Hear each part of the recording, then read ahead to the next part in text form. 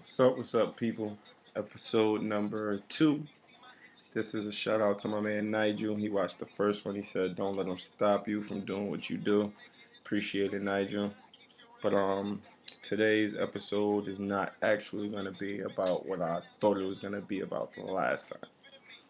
I was actually in the break room at work, and a couple of guys I work with, a couple of close friends, couple, just employees that I work with that are like new guys. Hakeem, Nigel, um, this new dude and this new security dude were in the break room talking about pretty much the pitfalls of our country, of our government, of society, and how it's affected black people.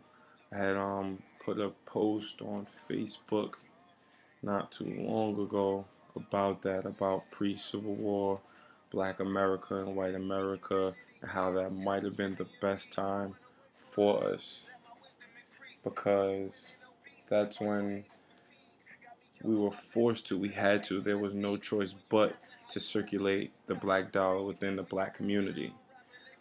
But with the integration of that, of the black dollar into white America and into the government has been a pretty harsh downfall for us. And I thought that was kind of prevalent to me, to most of the people on my Facebook, because most of us are black Americans, Afro American, Caribbean American, whatever the case may be. But you can really see the difference in our societies and our upbringings.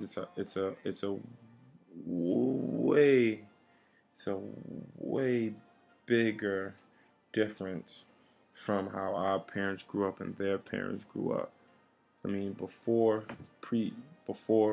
civil rights, there was no using the same facilities. You couldn't go to their pharmacies. I mean, you guys know the history, but my take on it is honestly that was better.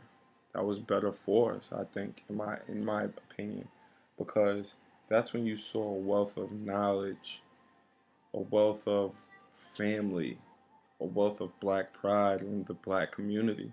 I mean, I hate to make everything about black and white and purple and gray about colors, but you know what? That's the world that we live in. Or well, that's the America that we live in. Even though we're now integrated into this system, it's not made for us to, it's not made for us to succeed. I mean, some people make it out. Some people can conform to their to their rules and to their stipulations on how to play the games, but a lot of people can't. That's why a majority of our people struggle. A majority of our people live in lower income families. A majority of our people, have a hell of a hard time making it in this world. I mean, Dr. King's dream was a good one, but it seems to be still just that, a dream that we would hope that one day everything is equal. I mean, we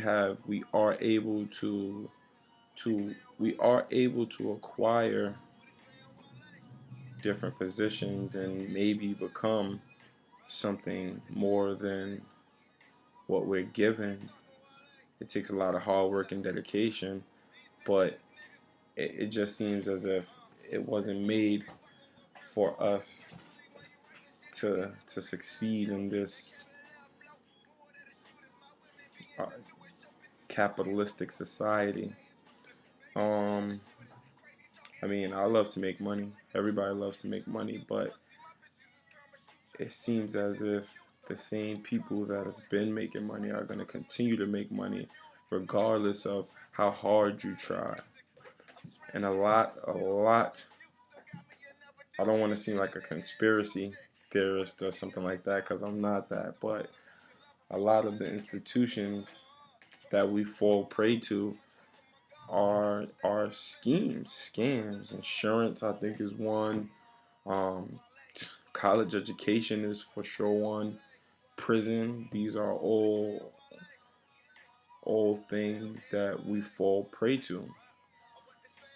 Like my friend was telling me, like, well, I mean, I'm in college too, so it's pretty evident that, people, we get loans to be doctors. I'm going to let you go to school for however many years, and I'm going to give you this amount of money. But at the end of the day, you're going to have to pay me back with a 20% interest, 30% interest on everything that I loan you. So by the time you get out of school and you're a doctor, kudos to you. You're a lawyer, kudos to you, and you're making all of that money. Most of it's going to loans, paying your school back. Sally Mae is one of the biggest pyramid schemes ever. Sally Mae, the people at Sally Mae should go to jail right along with Madoff, I think. That's just my opinion. But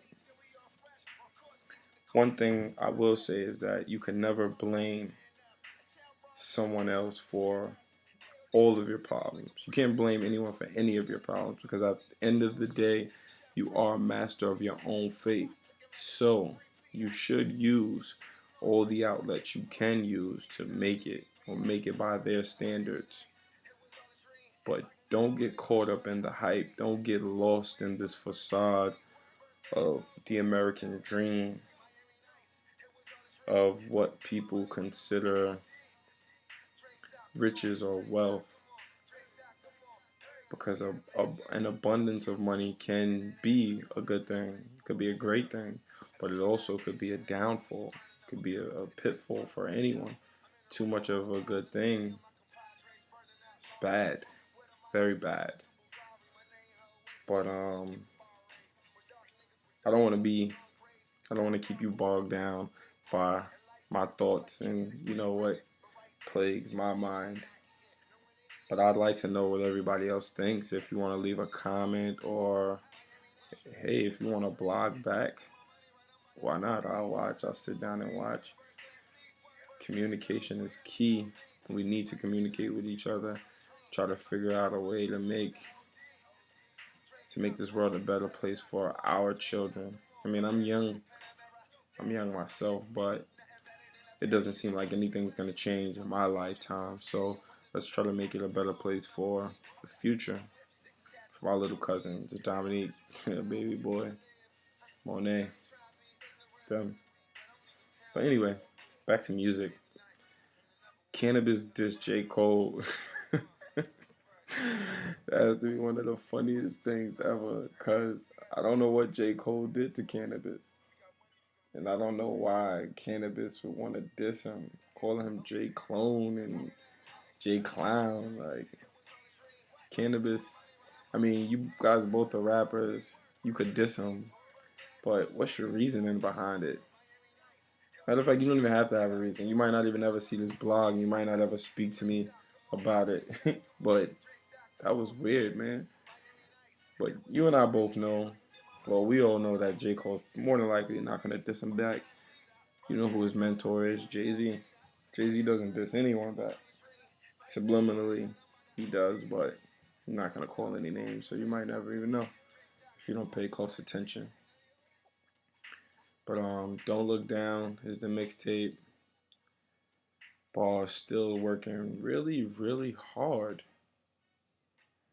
I was just talking to him about just renting a car and filling that bitch up with CDs and traveling up and down the East Coast, just pushing music.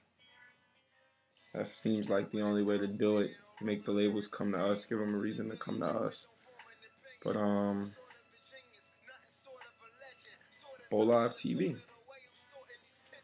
I love this stuff.